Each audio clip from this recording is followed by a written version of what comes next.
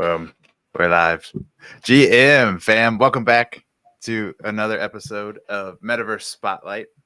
Today, I am sitting down with Justin, and we're going to be chatting about Art House. I want to call it AR House, Art House, which is AR for brands. And I know a little bit more than that, but not a whole lot more than that. So I'm going to say, what's up, dude? Welcome on the show. And you want to just give us a little bit of an intro on who you are and what you're building with Art House, and then we can dive on into it. Yeah. No, it's great to be here. Thanks for having me. So I've co-founded Art House about 5 years ago. I've been in tech for over a decade prior to that, in the law field,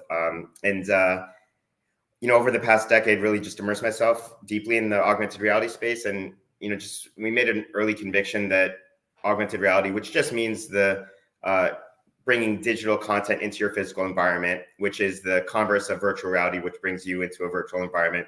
So we made a strong conviction play that AR was going to be one of the main canvases for storytelling of the future. But in our view, at least, the technologies that were being built within it weren't as scalable or as frictionless as they should be, specifically surrounding the problems of having to download as many AR apps as there are AR experiences, or to have an endemic app on your phone in order to get into the story. And so we saw that as a problem, but an opportunity to solve.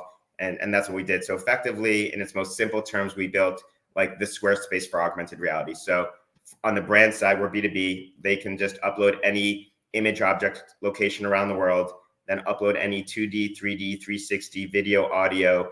Upon upload, it automatically converts and compresses it for AR viewing and precisely superimposes it into those real world environments. Upon publishing, it's live. And the big unlock is that their audiences don't have to download any app in order to experience it. They open their camera, they enable AR capabilities through either a QR code or NFC chip or dedicated URL of any of our clients' choice, or even geolocation. They're prompted to give AR capabilities to their camera, and they're in the experience. And so that's what we started 5 years ago, and we've been in semi-stealth mode for actually a while, because I'm a very laser focused founder, in the sense that really methodically building the best product we can build first, then finding product market fit, and then scaling. And so we've had the fortune of having some pretty great clients over the years, like Paramount and Compass and Viceroy, et cetera. This is our year that we're actually really scaling, after getting some venture funding and some key contracts that will be going global over the next few months. Heck yeah, that was a great intro. And I just to speak on AR for a second, I've always been intrigued by AR. I think it's something that is going to be something in the future that we're all just kind of immersed with, just like how our smartphones are already basically part of our life. I think it's just going to transition to AR here very shortly. And I think the transition would probably be whenever like there's glasses like this that are doing it for us and stuff. But I've also been just intrigued with like how you can experience it with just a smartphone now. And I guess one of my first questions that just pops in my head right now is like, what do you see brands doing with AR that helps grow their audience, or their audience would enjoy using with AR? Because like I personally, like I haven't done a whole lot with AR like through my phone. The only time I've ever done it is like using like goggles or something, which is more VR usually is what I've experienced. So like, what is it that people are doing when they're experiencing this AR through their phones and stuff? Sure. And I think it's super cool, just to also say that they don't have to download an app or anything, because I feel like that would be so annoying if like every different like AR thing you're doing, you have to get like a new app or something. So awesome that you guys are doing that. Yeah, no, I appreciate that. And like, when I bring up the simplified version of describing our company is like the Squarespace for AR, part of that is the interoperability. So, we think that regardless of end user device, in today's world, it's iOS and Android devices. In tomorrow's world, you're right, it's the wearables that, a few companies will be leading the charge on the hardware there. we want to make sure that people can get lost in these AR experiences. Now, we view AR as enhancing the world around us, right? And it's interesting because, you know, the more and more I've thought about this, the more I realize, well, it's the only technology that I can think of in recent, you know, decades that reconnects us with the physical world rather than disconnects us from the physical world. So what does that mean? You know, people are craving kind of meaning, context with the world around them. And it not just only extends to family and friends and their community, but also extends to the brands, right? Like the contemporary consumer no longer just wants that cold transactional relationship with the brand. They want to know the, you know, the values, the vision behind, you know, the products and services that they consume.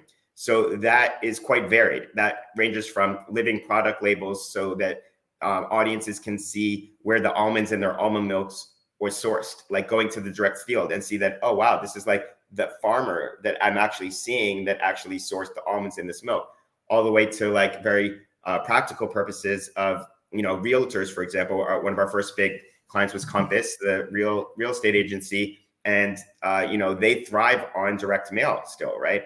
But now we superpower direct mail so that, you know, people who receive these listings in their home can now do virtual open houses before they even step foot in a physical open house.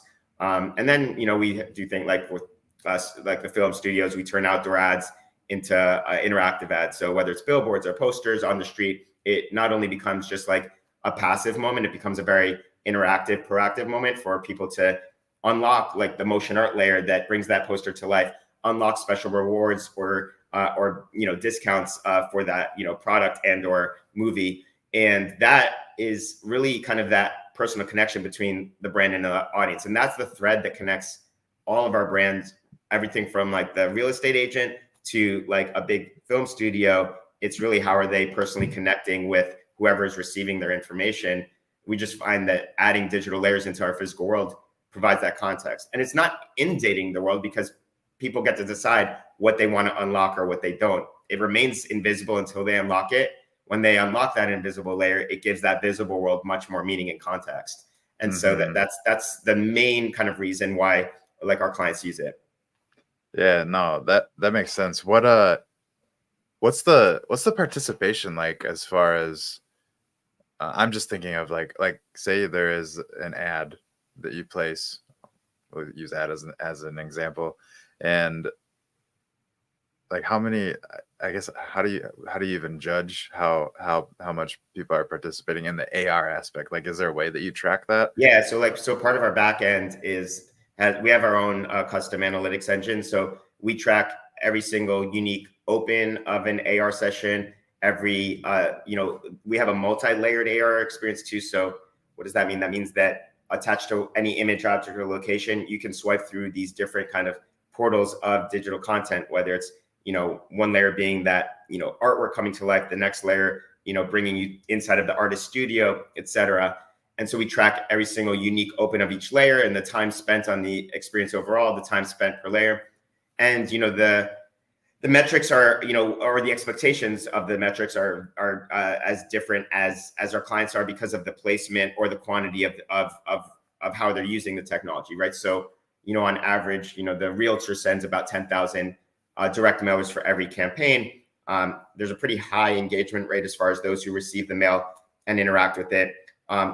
We don't have, I mean, we haven't really, we could probably get it, but we don't ask for it, get the data as far as like the street ads or the billboards or posters, like how many, and people do this for their living, but how many people actually walk by those ads or see those ads. And then, so we never really figured out that ratio. We just kind of get the raw numbers and the client does what they want with it.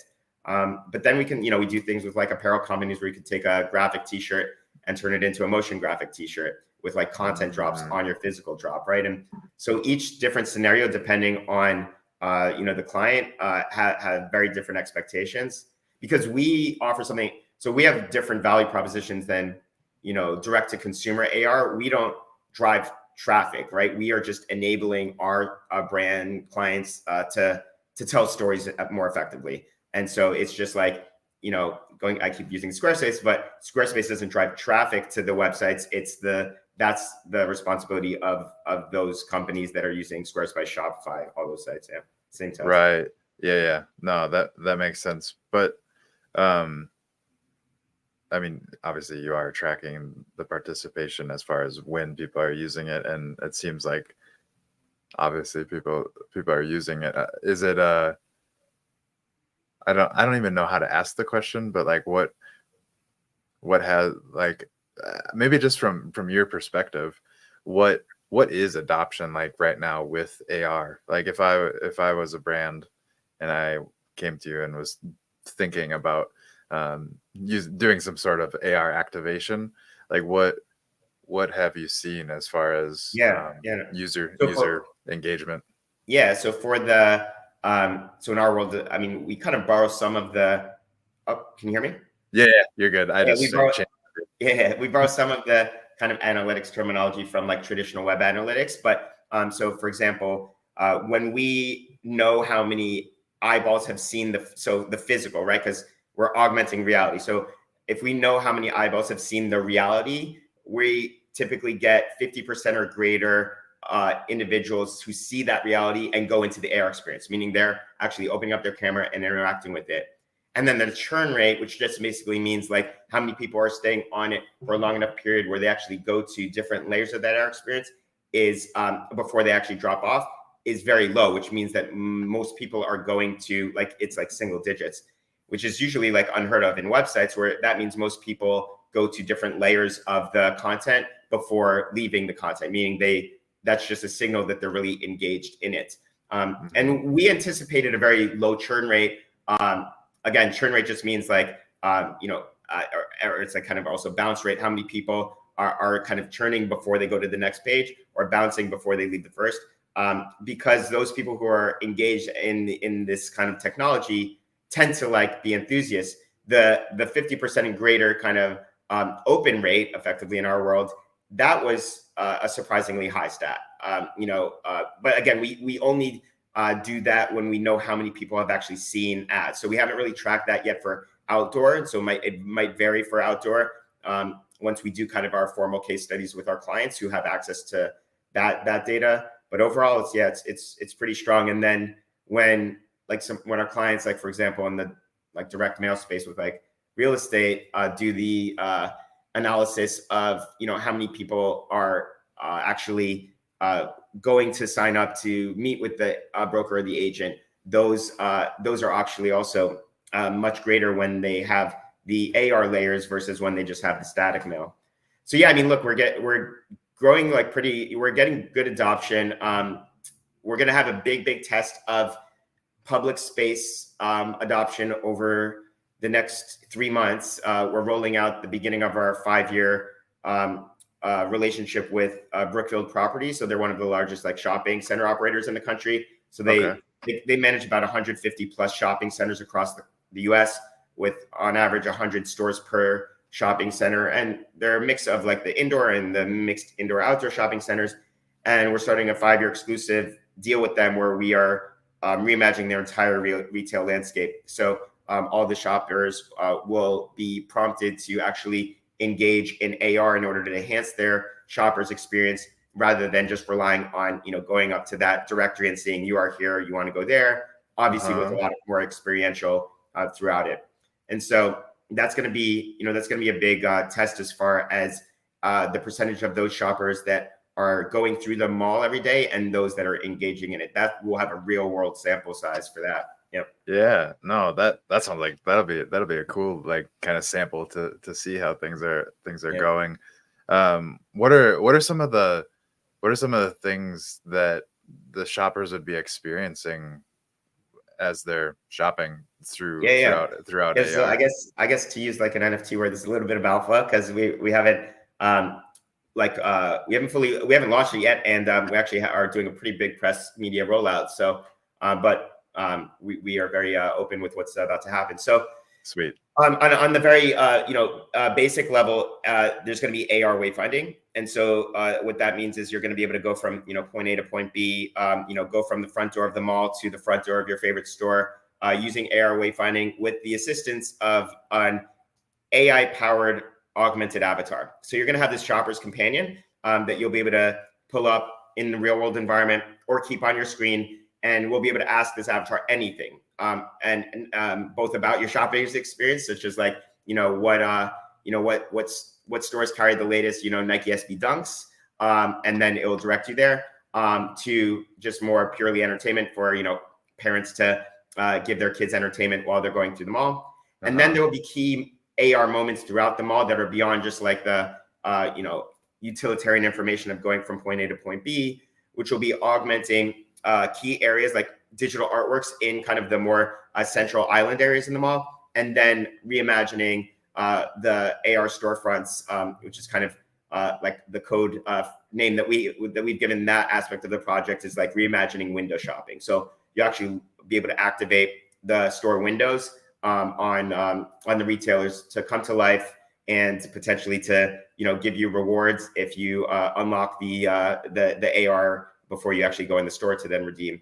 And so there'll be a little bit of gamification early on, but really it's all about really conveying the stories and about the products and the brands that are in the mall, so that it just becomes less of that cold transactional kind of relationship that a lot of shoppers have had with malls, especially in the US, in contrast to, let's say, malls in China, which are very, very experiential, meaning like they're hangout spots where people go experience digital art.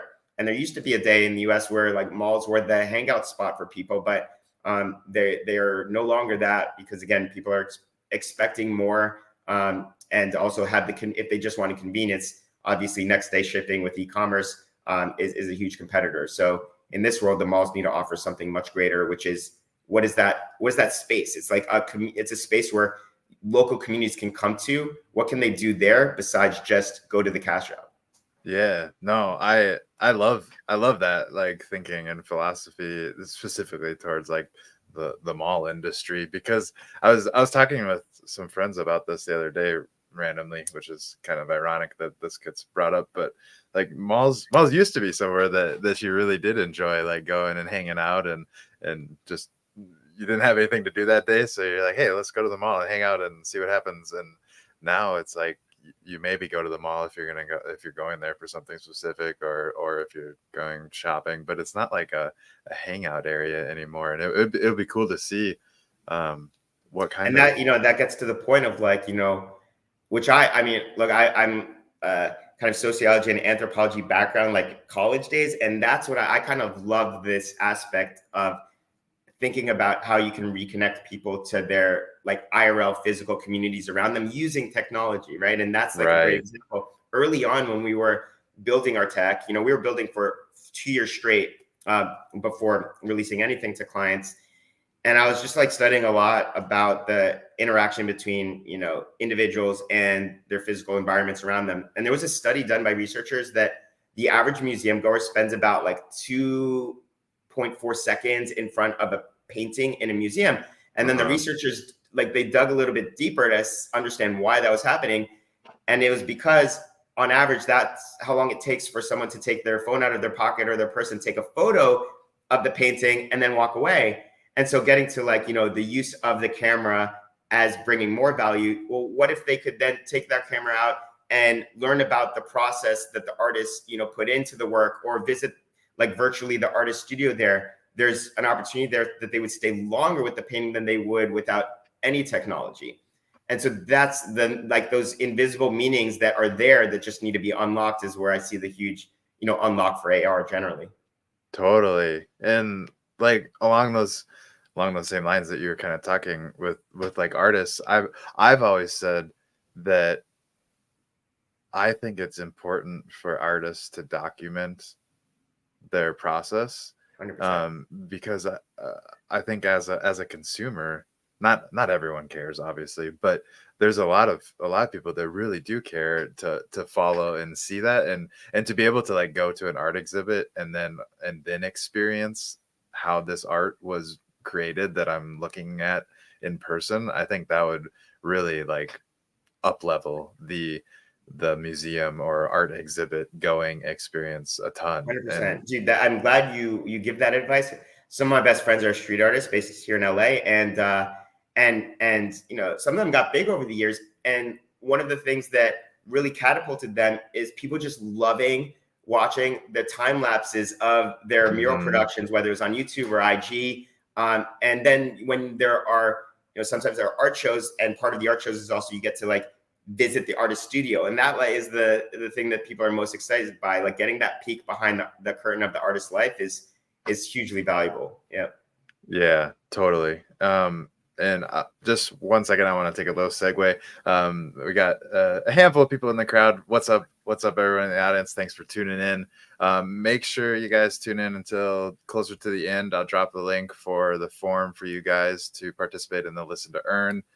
We do have 50 sand up for grabs for one of you, and you'll all that are attending live will get 420 experience points that you soon will be able to use to redeem for Metaverse wearables. So just quick little plug there. Thank you guys for tuning in. Hopefully you're enjoying the conversation. And if you have any questions, feel free to drop those in the chat.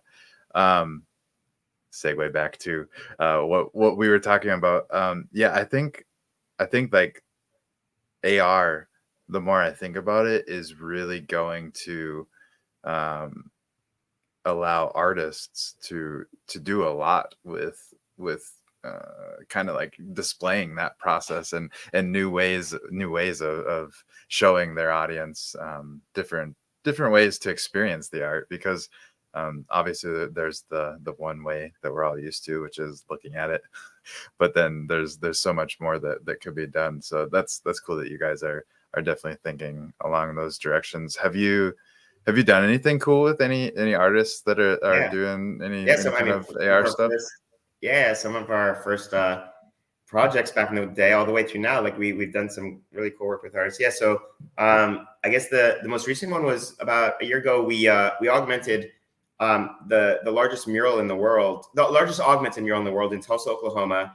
It's about 100-foot mural that had the mural crew on site painting the mural, and then we had this artist Ben Fernley, who's an amazing 3D artist, produce this fully immersive scene where it felt like you were stepping inside of the mural. So the idea is, what does it feel like to step inside of this very ethereal mural where there's like water beneath you and birds above you? So the mural not just became this 2D surface on the wall, but then extended into your physical environment. So that was one, like early days. One of our first collabs was with a street artist named James Haunt, based out of LA. Really great artist. And we took his large scale paintings and turned them into not only like motion art pieces, and he does a very kind of like semi-anime style spray paint. The guy's like legend. He can paint so quickly. But we actually, to speak to your point about the story behind the artwork, and we've done this with James and another artist, Joseph Lee, where they actually do, and we encourage the documentation of their process. And so what we were able to achieve is when people were able to interact with their artwork, one of the layers washed the canvas out to the blank canvas, and then you would actually see James come into view and start painting the piece in front of you with a voiceover interview. So it felt like you were there while he was painting it, and as he's describing the piece in a very like immersive time-lapse style, to really give kind of the meaning behind the work. And so that was a really cool project. We always we love working with artists, and whether it's artists working with brands on collabs, or whether it's artists with their own collection, there's a lot there. We are in the NFT world. We various artists have gotten wind of our technology. I don't really talk that much about my company. I'm mostly in NFTs as a collector, but we've augmented some murals for artists, and there's some larger campaigns that are going to be going live for fully augmented NFT collections that have that physical and digital component as well. Because that's just relating it back to like NFTs and Metaverse. So I know a lot of people have different definitions of the Metaverse, and there's no necessarily like exactly right or wrong one. It's just kind of your opinion on what the huge potential. For me, it's when people don't get lost just in the digital. It's when the lines between physical and digital disappear, and it's just experiences, and it's the world. And often and in the future, I think it's really going to be that blend of the physical and digital. And what does that world look like and feel like and sound like? And that is the unlock that the AR can provide, and especially with the wearables. When Tim Cook made that announcement, so Tim Cook, the CEO of Apple, made an announcement at the Worldwide Developers Conference, known as WWDC. The biggest, headline of the last one, which was a couple of months ago, or the Vision Pros, right? And those are going to be the first, AR headset by Apple. They're going to be very niche initially because they're going to be expensive and they're for home use. Right. But when we get into the third, fourth generation, we're going to see, glasses that ideally look like your glasses, that you can just wear around, and whenever you want to unlock what's going on in the world, you can. Yeah, and dude, that's what I'm so excited for AR for, is that whenever we get to the point where it's blending the in real life and the digital together, because that's like, I love the concept of the metaverse, but like that's what I see the metaverse as, is still being able to go out and do stuff in the real world and not have to sit behind my computer whenever I'm doing stuff in the metaverse. I want to go and experience it while I'm out and about and on the go. And I think there's a time and place for both. I want to see. I forgot of one artist that I should definitely highlight here. Yeah. So a perfect example of what you just mentioned. So this physical architect and turned digital architect, Luis Fernandez, has partnered with a lot of different virtual world companies like Mona and Spatial, etc. And he designs these collection of digital estates called the Meta Estates. And for last Art Basel, there was an opportunity that we took on with Luis and the Kimpton Hotel out there, and Light World, which is one of the virtual world companies. And the idea was to take what was designed for initially the behind the screen experience, so you can, click with your mouse and go throughout this world, and bring it life-size beachside in Miami. And so that's what we did. We took his 3D designed virtual villa, placed it on the beach during Miami, where people that were going on the outside of this hotel where the pool area was, if you were not interacting with this, virtual villa, you could just see the world as is. If you're interacting with it, you see like this massive villa with stairs going upwards and platforms and plant life and dens and all these different rooms with artwork hanging. And it brought that experience that typically lives behind your screen into the world at life size. And that was, by the way, all the applause, I want to just mention this, goes to my tech team, because my main role over the past 5 years is just to ask them very unreasonable things that they knock out of the park every single time. And I'm always impressed by what they do, but that was the first time where I interacted with our own technology for the first time. Like, whoa, I'm like, this just like stopped me in my tracks, because I was like, I knew it was possible, but when you just see something life size like that, that's in life size is larger than the human being, that's when you're like, that's the future. Yeah. Yeah. No, that I can imagine, like the way you describe it, that would have been amazing to experience. What were you holding your phone and experiencing it like that way, or what how does yeah, so I was, yeah, exactly. So, and you mentioned the phone, and I agree. I think like much larger adoption will happen with the wearables. The thing is that a lot of people view the world through their phone cameras today, right? You look at like Instagrammable murals, you look at, I mean, that example about inside the museum. And yeah, so effectively what would happen is when you're in this outdoor area between the pool and the beach of this hotel, you see the world as normal. So like you'll see the pool, you'll see, the cabanas, you'll see the bar, but in the middle of it all, you'll see this virtual villa. And so you're seeing both the augmented portion and the reality portion, and both of them intersecting together. So that was actually, so we took into account for the placement of that one, all the, physical objects around the outdoor area, right? We didn't want people walking by mistake into the pool because they're, just looking forward to the front door of this, villa. But so it was designed to be placed around kind of the areas, but yeah, you would see everything. So I have screen recordings where there were like yoga sessions outside, one morning of in that area where the villa was. And so, I'm just looking, and half the time I'm looking and I'm seeing like this yoga class going on, but I also see them surrounded by this villa, which they have no idea that they're surrounded by because they're just doing yoga. Yeah, that's that's the one thing that's pretty crazy to me to think about is too, like when we get to the point where it's glasses, you won't know if people are experiencing something that you're not experiencing or not.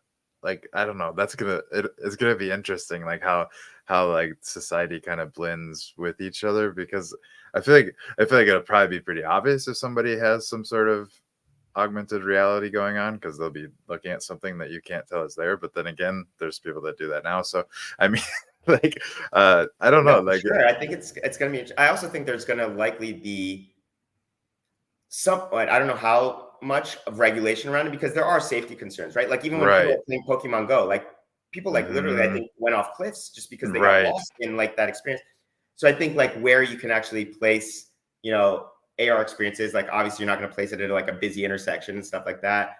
But yeah, and then also the privacy. So I think that like right now there's smart glasses, right? Where, like for example, Meta has the Ray-Ban story. So Meta partners with Luxottica, which like they own 80% of the market share for glasses, including Ray-Bans. And so their first release together were the Ray-Ban stories, which allow for video recording, photo, audio, etc.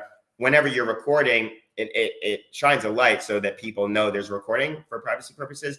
But as far as taking in information, that will be interesting. It reminds me when like, I guess when like first, Bluetooth earbuds came out, like initially people probably thought like, wait, is that person speaking to themselves? Like what's going on, Yeah. But over time, it just became normalized. Oh no, they're actually speaking to someone else, And so that'll probably there'll probably be a weird transition. It's like, well, what is that person looking at? Like, I don't see anything over there. Yeah. No, that it'll be interesting to see it kind of play out. And that's a good analogy, like to base it off of, is how Bluetooth has kind of evolved over time, because there definitely was a point where it was weird, very weird, to like hear somebody talking to what seemed like themselves. But now whenever that happens, it's like, oh yeah, they're having a conversation on the phone. Like it's very it's just like normal. And like like what's the etiquette that's going to come from it? Like there were times when like people had no indoor voice in indoors, but so is there going to be new etiquette around like seeing things, Yeah. We'll see. That's an interesting road to start going down and thinking about, because I mean, with all of this technology, there's going to be so much like cultural shifts that happen that who knows how they're going to play out exactly, but it almost like has to happen. So it'll be interesting to see. I was thinking when we were just chatting, so we've kind of touched on 3, and I might be missing some, definitely could be, but we've for sure touched on like 3 use cases, bubbles, I don't know what the fuck to call them, but use cases that, so like shopping, like augmenting the shopping experience, which I think is super cool. Art, which we've touched on all kinds of different ways that artists could use AR, and then realty, is that the right word for it? Yeah, realty. Yeah. Real estate. What other kind of use cases are there out there that come to mind as far as potential niches that could be using AR? No, for sure. Opinion? So, and we also did touch on like, the entertainment, as far as like, and that's more around like marketing. And so we like to simplify, we kind of look at 2 areas that at least we get, requests for. It's augmented marketing. So is it like to amplify a marketing campaign, or augmented merchandising? Is it like product that's infusing AR? So, I look at things like where I think there's going to be big demand for over time, which is taking, graphic t-shirts, and now they're augmented with motion graphic t-shirts. But part of our technology, we try to future-proof this tech as much as possible. And we continue. We always have a product roadmap that anticipates 2 to 3 years in advance of features to build that aren't available today. And so one of the ones that we went live with like immediately years ago is the ability to update any digital layer that overlays any physical world item. And so that leads to this concept of like content drops, where I think I mentioned that earlier, where, you know, you could have a graphic t-shirt that now with AR is motion graphic t-shirt that, let's say, the designer can tell all those who bought that motion graphic t-shirt to go to their closets tomorrow at 11 a.m. because there's going to be a new content drop on their shirt. That's where like, and that opportunity to update or replace or add to the digital content that's overlaying your physical world items also leads to new forms of storytelling. So what does a living painting look like when you can unlock and unfold stories over time? So those are huge. We touched on the museum world. Museums are massive, and then events in general. That's where actually probably we get most of our inbound inquiries, even though we really haven't started a marketing campaign, which we will be over the next 2 months, is from the conference and trade show circuit to augment their trade show booths, right? So everyone's competing to differentiate from like another vendor that's likely in the same category that's like 12 inches away from them. And how like swag only goes so far. So can you augment the booth to make it experiential? Can you augment the swag? And so that's we formed a partnership with one of the largest event production organizations called BizBash. And so they host these conferences throughout the year that are for all other event organizers. And so that has led to a huge opportunity there. My favorite projects are what brings what otherwise could be considered like not necessarily stale, but experiences that people used to have that became lost with new technology, but that are still valuable. So what does that look like? I'm a huge music fan. And so I look at music where, and I love streaming and I love Spotify, but we also have to understand that with streaming, we lost part of the experience of music that was, in its latest version before streaming was the jewel case booklets of flipping through, learning about the bands or the musician. Before that, the cassette tapes, before that, vinyls, which now, vinyls are actually popular as just like almost artwork now. Yeah. Well, so with the loss of that, and where a lot of artists actually make a lot of their revenue on merchandising when they do tours, like how do we rethink about the album artwork that they used to hire and commission amazing artists to do? How does that come to life? What does an augmented album cover look like? Where now like that's presented as, a limited edition artwork print that's also enables, music drops on top of it, right? And what's that new experience where you can tell, the band's story in new ways that, aren't just told by the tracks on the song, the same kind of backstory that you would get in the jewel case. Same thing with like, within that world, like the concert posters, et cetera. We are also working with some of the large publishing conglomerates and reimagining what their books and magazines look like in a new world, where now you can have interactive magazines or interactive books that infuse new life into that. And then I guess the final area that just is again kind of like a more passion area of mine is goes back to like the fact that I do think people are craving like meaning with the world around them, and that includes like just like the town and the city and the literal street blocks that they walk on every day.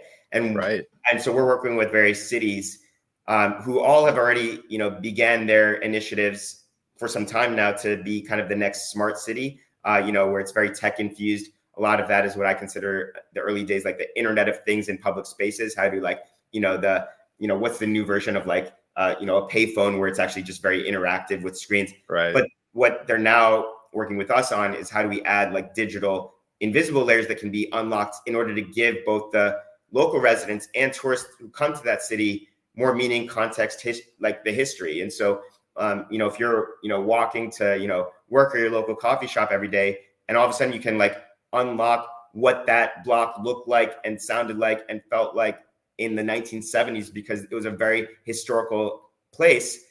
That is an experience that doesn't just stop after you have that AR experience. That experience will live with you every single time you walk down that city block in the future. Right. And it makes that walk much more meaningful.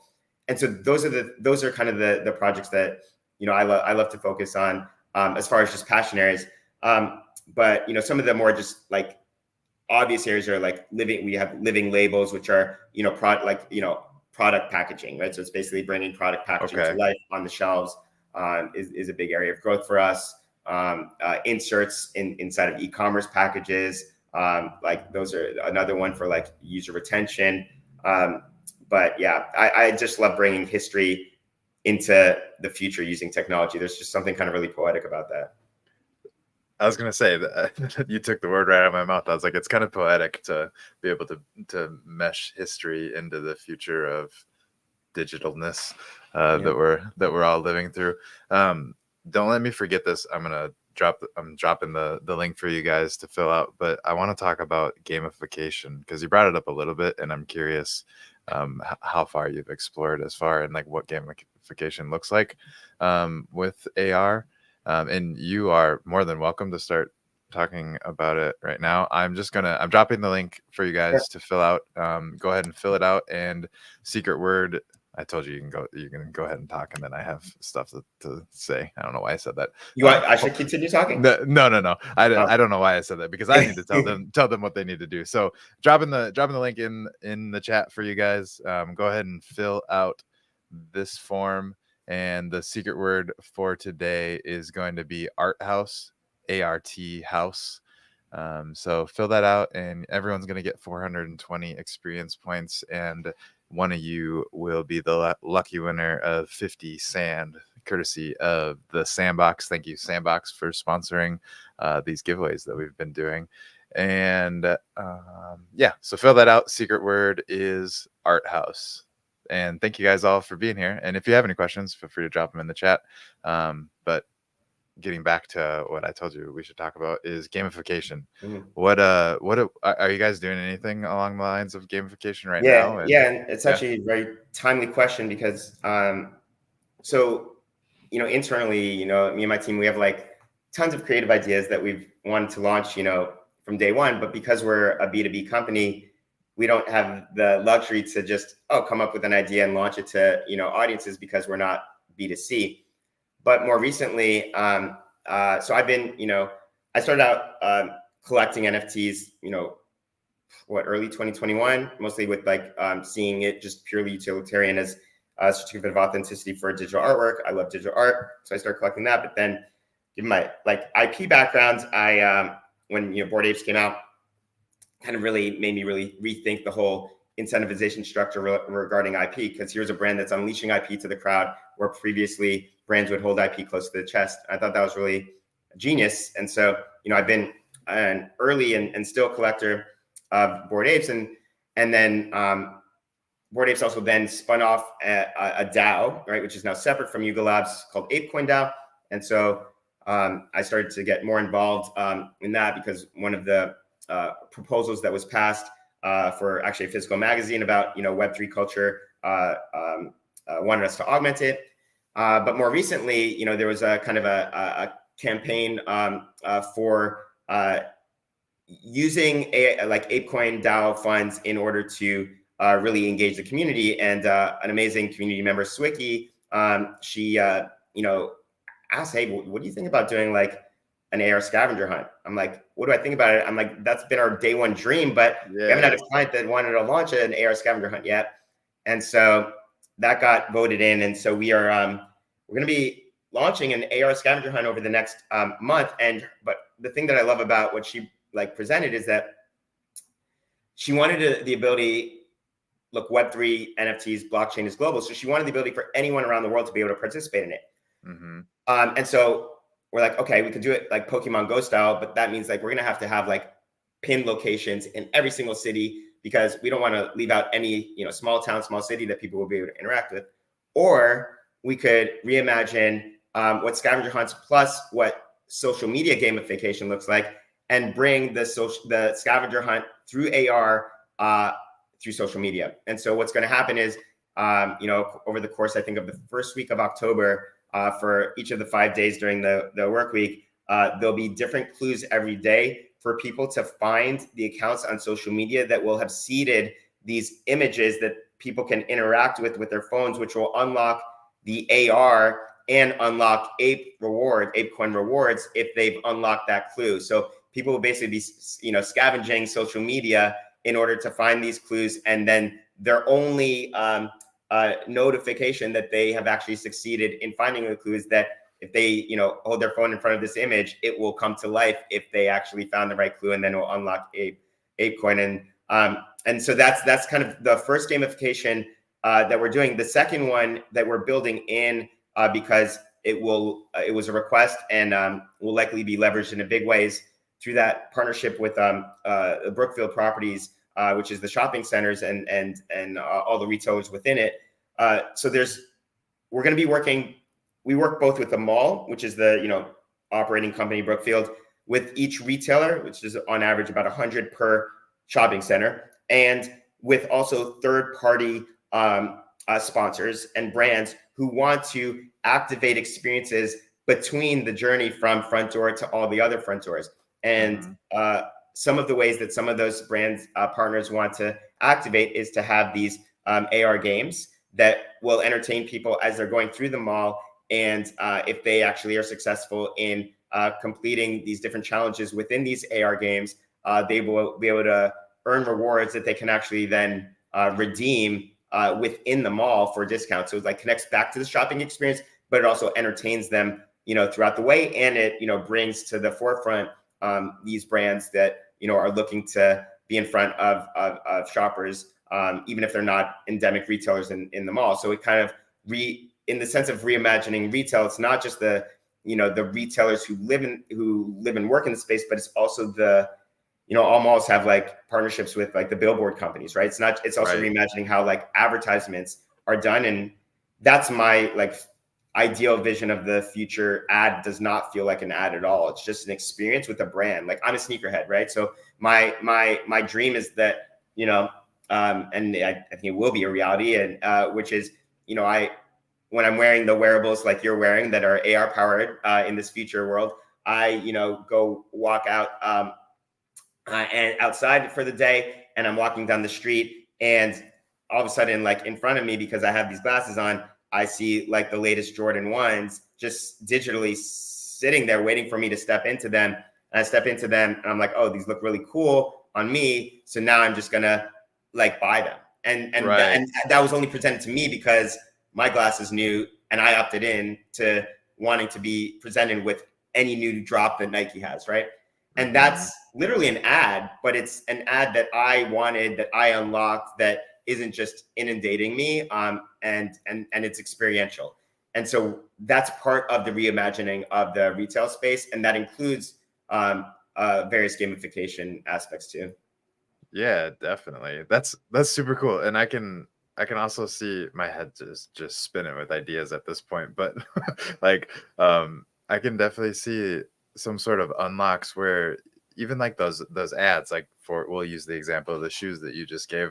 The shoe ad, you step into those shoes to try them on in the AR, and somehow I'm sure somebody smarter than me would figure this out, how to also maybe airdrop you or unlock in whatever metaverse platform is the future, the sandbox or other side or whatever, a trial version of those virtual sneakers that you could wear around, and like I could just see how like all the different angles could start being more of this more experience advertising versus the normal advertising that we're all used to.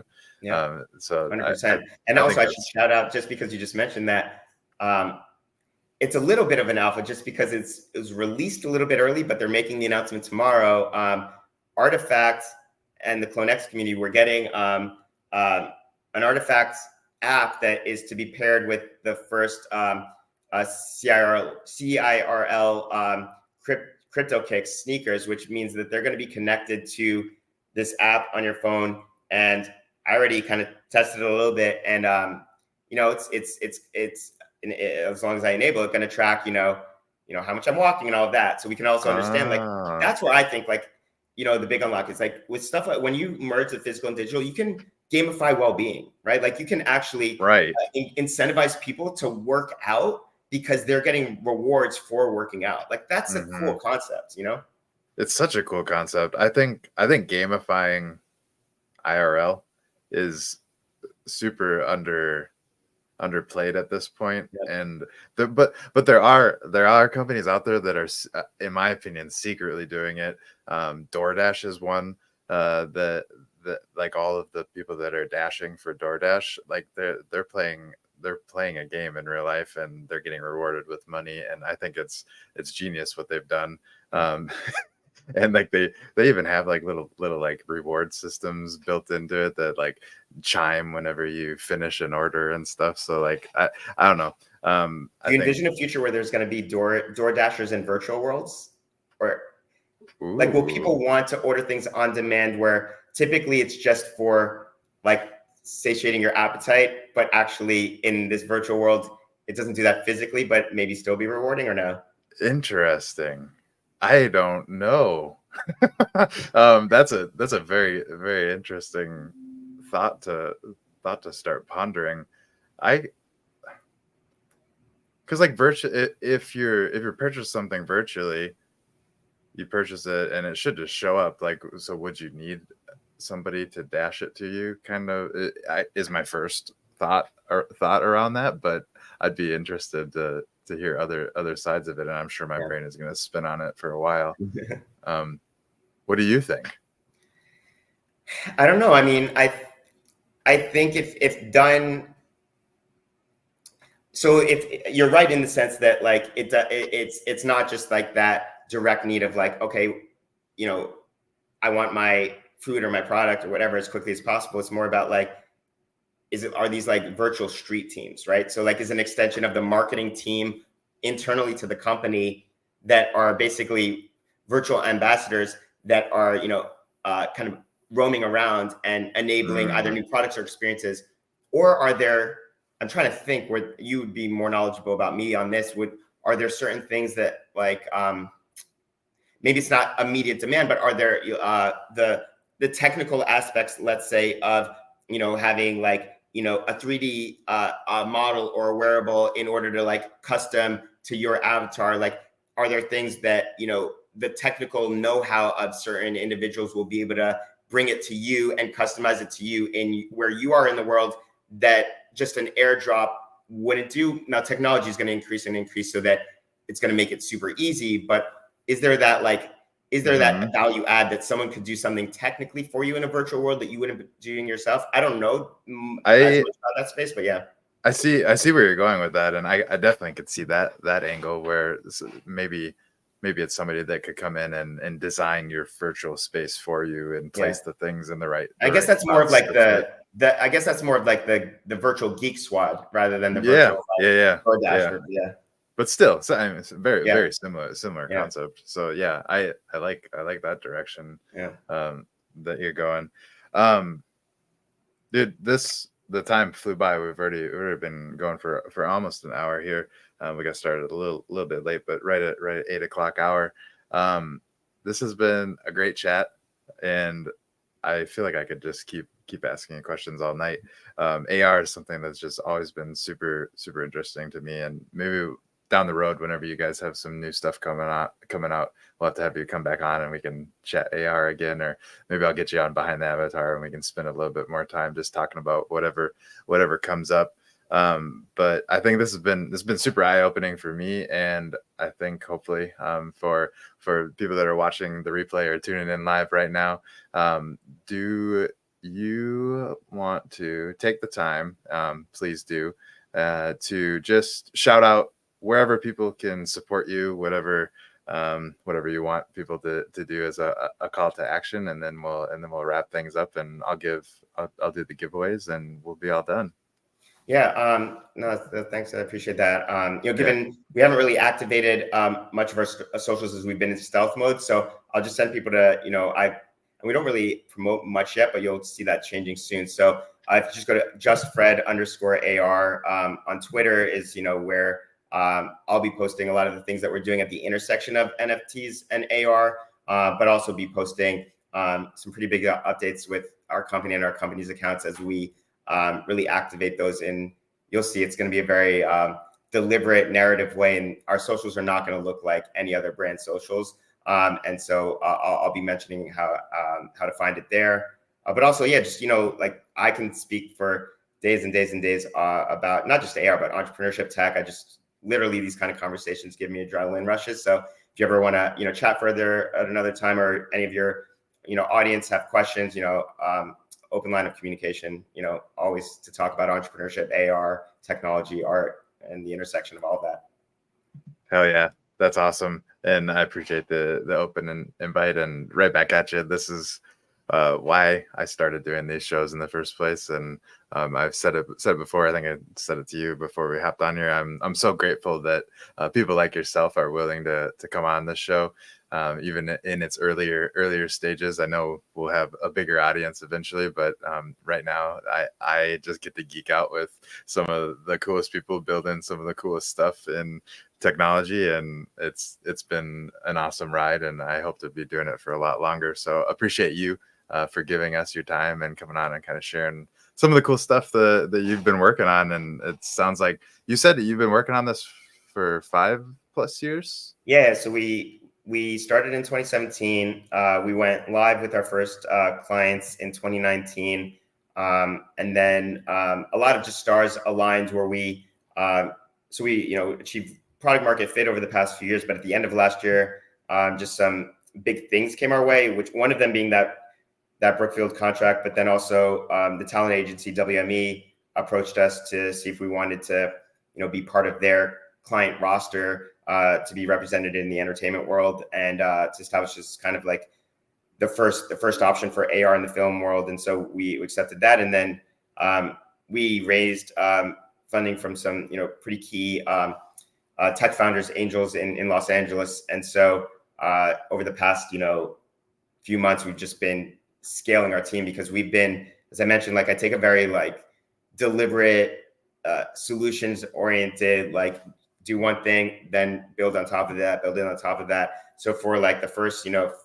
or 5 years of our company, we were just a group of 8 product nerds, and like now we're trying to scale to a team of 25 as quickly as possible before 2024, and then grow from there beyond. So it's the first time we're really like, with the way I describe it is that, with the PR firms we're interviewing to see if which ones we want to go with. I always say that, the TLDR is we have a very advanced product, but we have a much more immature structure and marketing system that's supporting it by intention. But now is the time where we're advancing all of the marketing operations, biz dev, in order to support this product, so that the world can hear and know about us. So that's going to be happening over the next few months with this kind of like growth stage of our company. And yeah, I'm excited for it. But listen, I really appreciate also your, these kind of conversations. And you said, I think you mentioned a couple of times that, you always appreciate when people come onto this. And,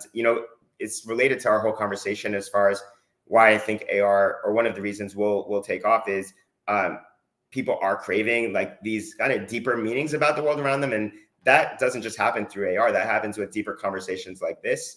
And, the curiosity, is key to that. And that's like, I think where a lot of fulfillment in life happens, like quenching that curiosity. And so I think you're doing a great service here. Well, I appreciate you saying that, and that's exactly what this show is, and what all my shows have kind of turned into, is just me quenching my curiosity, because I have a lot of curiosity, and I love all everything that's going on in this technology world of Web3, and I mean even Web2 stuff. I've always been an avid consumer of. So yeah, it's been a blast, and I appreciate you being on, and we'll definitely have to have you back on in the future. And like I said, maybe we'll get you on Behind the Avatar.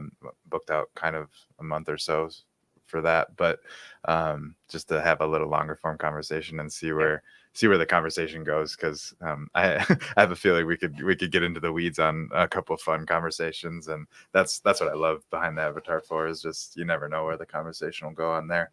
But thanks so much for kind of sharing what you've been working on. And Art House, it sounds awesome. It sounds like something that I'm excited to experience. And I think one of the bring it full circle back to the beginning, one of the first things that caught my eye, and something that you brought up, is that you don't have to have an app or anything to experience it, which I think is super helpful, because I don't want to have to, like, that's as simple as it is to download an app. That's usually the sticking point for me whenever I'm trying to experience something new, is if I have to download an app and have to sign into it, and I don't even know what the next steps are going to be after downloading the app, but I assume it's going to be signing in and making an account and all of that stuff, and it just sounds like a lot sometimes. So, like, being able to just get set up and go, I think that's super beneficial, and hopefully will serve you guys well into the future. But yeah, thanks for coming on. We're gonna do these giveaways. If you have to go, you're more than welcome to disconnect and hop off. But I'm gonna share my screen here for everyone, and we're gonna do a wheel of names to give some names away. I need to get some things situated here. This is always, I don't know, I haven't figured out a good way to do this at the end of the show. This makes it more personal. Yeah, good. yeah. I appreciate you, and yeah, like, well, I'm sure we'll have plenty more conversations in the future. Yeah, absolutely. I'll definitely be keeping tabs on you, and I hope you nothing but success, because I think you guys have been developing a super awesome product, and it sounds like there's, like we've talked about on the show, a lot of different use cases for it. So, super excited. We'll be in touch. Yeah. Well, thanks, dude. You have a great night. Boom. And thank you guys all for being here. Hopefully you enjoyed the conversation. I am getting everything situated here, so that we can do the drawings. I just remembered, well, I remembered two things. One, I fucked up and dropped the wrong attendance form. It doesn't really matter. It really doesn't matter at all. But I dropped the wrong attendance form. So if you guys noticed, you filled out a behind the avatar attendance form, and this was actually Metaverse Spotlight. Not a big deal. Batman didn't know what the password was. That's all good. I saw you in the chat. I know you're there. But we're gonna do the drawing for this one, and then we also need to do the drawing for the premiere, which I think some of you, judging by the names, were at that one as well. Thank you for being loyal listeners. You guys are racking up those experience points and hopefully winning some sand along the way as well. Let me get this. I just got to run it through the old duplicate checker, and then, if I remember how, which I don't. But thank you guys for being here, hanging out in the chat. First of many AR chats that we'll probably have on this show. AR is something, there it is, data cleanup. AR is something so interesting to me, and I think it's going to be here faster than we think, especially judging by, what companies or brands like him are doing. So, remove duplicates. Boom. Boom.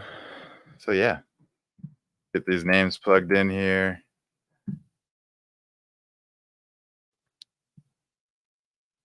We put art house instead of art house. It's okay. As long as you spell it similar to whatever I said, you're coming through and making the cut. So don't worry. And if you're in the chat and you're talking, I'm gonna recognize your name and I'll know you were there. So it's no biggie either way. But good luck everybody for this one. This is gonna be for that 50 sand for this episode, and then we will do the 50 sand for the premiere that I know some of you attended. So good luck, and let's see who won. Dun, dun, dun, dun. We need some sound effects. NSRA, let's go. I know you've been here for a while. I don't think you've won anything yet. So congrats. Thank you for your consistency and showing up. Hopefully you're enjoying the show, and your hard work and listening paid off. So 50 Sand heading over to UNSRA.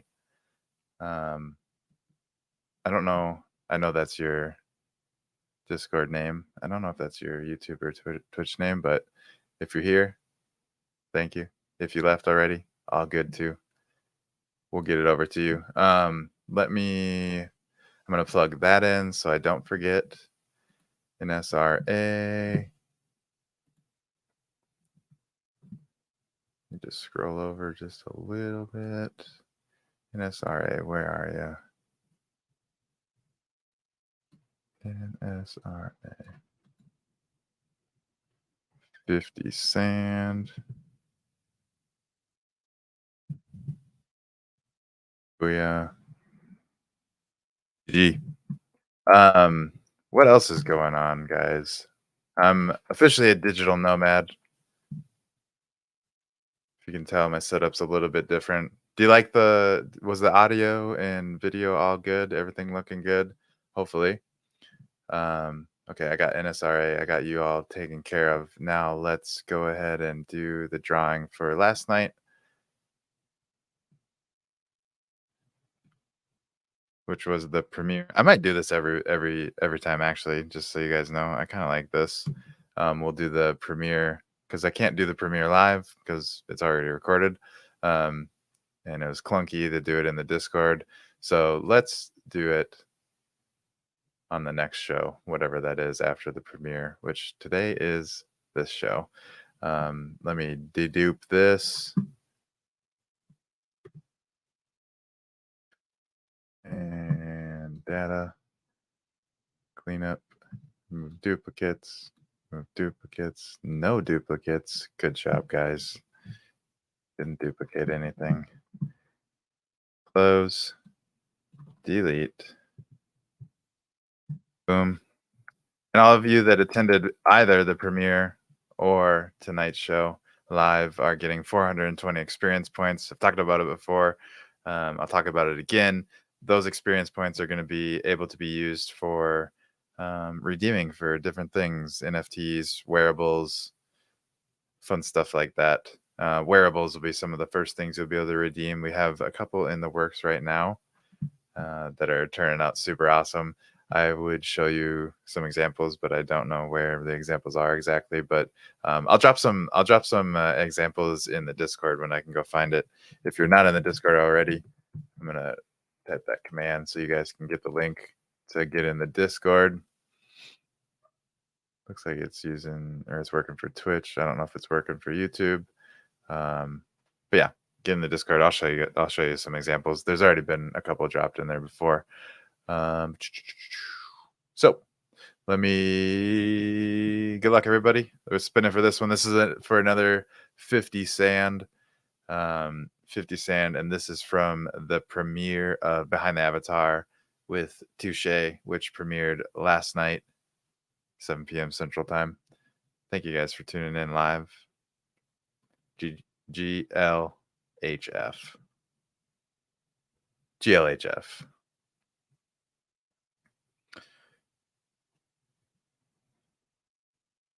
Artificial. GG.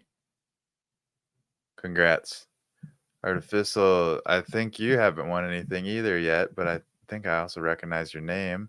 So, congrats. And even if I did recognize your name, still congrats. Artificial. Also, 50 Sand, not 30, 50 Sand. And by the way, sand is coming from the sandbox. I don't have any control over if it's Polygon or Ethereum sand, but I have told them that you guys prefer Polygon, which is what I would prefer as well. So I'm telling them to send Polygon if they can, and the timing of all of that is going to be on the sandbox. So hopefully it's quick.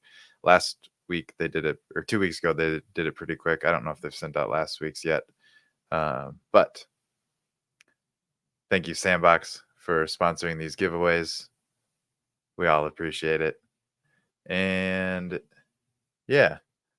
What else we got going on? We got Behind the Avatars back to back tomorrow. Not back to back, but we got 2 Behind the Avatars tomorrow. we are gonna be chatting with Miker. Miker's coming. Miker's coming back on the show. Miker is working on all kinds of different tools for Web3, mostly in the gaming world. And he's gonna just come on behind the avatar and, like, chat about whatever comes up. But I'm sure we will talk about their developing other page, which is a dashboard character screen for the Yugaverse. At least starting out with the Yugaverse. So anything Yuga related, Bored Apes, heavy metals, you'll be able to use that to kind of display your character, show off some of your achievements and all kinds of different fun stuff. So I don't. We'll get into that more. He'll he'll have a lot more to share on that. But he's going to be on at 11 a.m. Central Time, and then at 7 p.m. Central Time, I'm going to be having Rufu. Rufu, I think is how I'm saying it, is Rufu. We're gonna have Rufu on. He is from Australia, and they are developing a game inside of the sandbox that I'm excited to check out. And he says that he has something super special prepared for the show, so you don't want to miss that one. I don't know what it is, but we're gonna find out when we get into everything. So that's what's going on tomorrow. And then on Thursday, I don't have anything specifically scheduled, but I do plan on doing some sort of stream. We'll probably just go play some games. I think we'll do some sandbox mining since we never really got into mining last time we attempted that.